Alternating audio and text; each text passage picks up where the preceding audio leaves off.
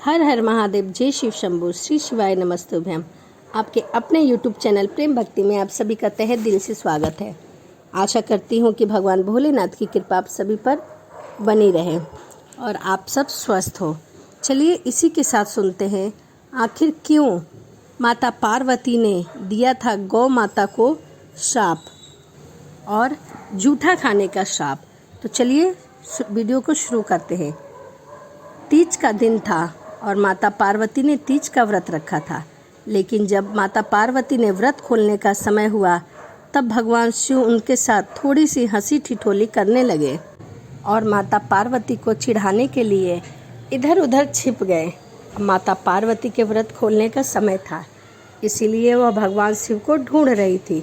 उन्होंने शिव जी को हर दिशा में, हर जगह में, हर स्थान पर ढूंढा, गुफा, जंगल, पहाड़, लेकिन माता पार्वती को शिव जी कहीं न मिले और अंत में वह थक हार कर माता पार्वती एक खाली मैदान में बैठ गई और शिव जी के आने का इंतज़ार करने लगी। समय बीतता गया, काफ़ी समय बीत गया, लेकिन भोलेनाथ नहीं आए।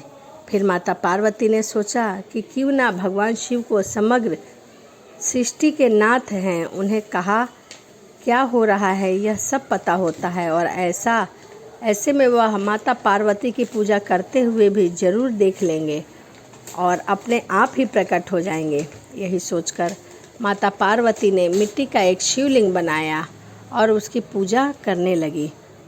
और जैसे ही माता पार्वती ने सोचा था वैसा ही हुआ।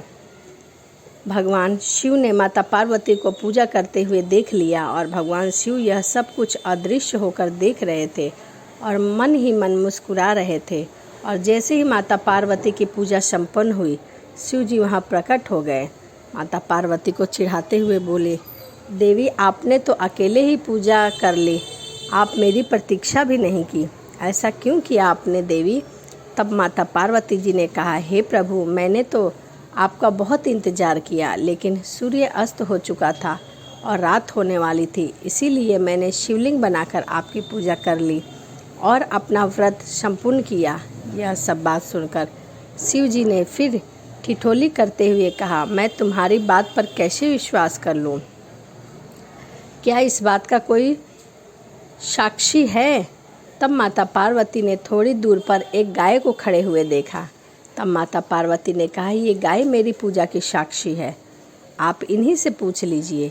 लेकिन यह गाय भी भोलेनाथ की ही हंसी ठिठोली के बारे में जानती थी, जिसकी वजह से जब शिव जी ने माता पार्वती की पूजा के बारे में गाय से पूछा तो गाय ने सर हिलाया और शिव जी ने हंसते हुए उनसे कहा कि वह बस इसमें थोड़ी हंसी ठिठोली कर रहे थे और वह सच जानते हैं, लेकिन अपने पति के सामने झूठ कहलवाने का कलंक माता पार्वती को सहन ना हुआ और उन्होंने गाय को श्राप दे दिया।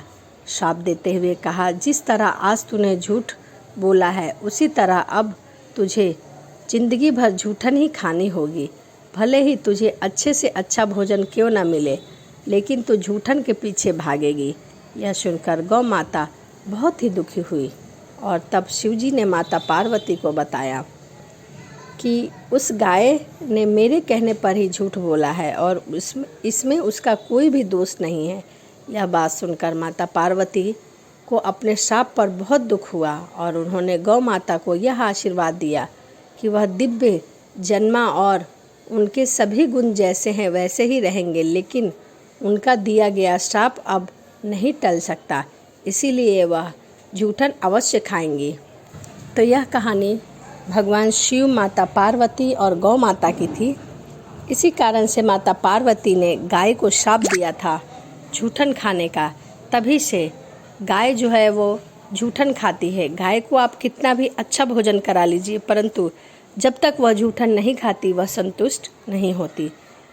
तो वीडियो आपको कैसी लगी कमेंट ज़रूर करिएगा और इसी के साथ वीडियो को समाप्त करते हैं। तो चलिए मिलते हैं अगली वीडियो में। हर हर महादेव, जय शिव शंभू, श्री शिवाय नमस्तुभ्यम।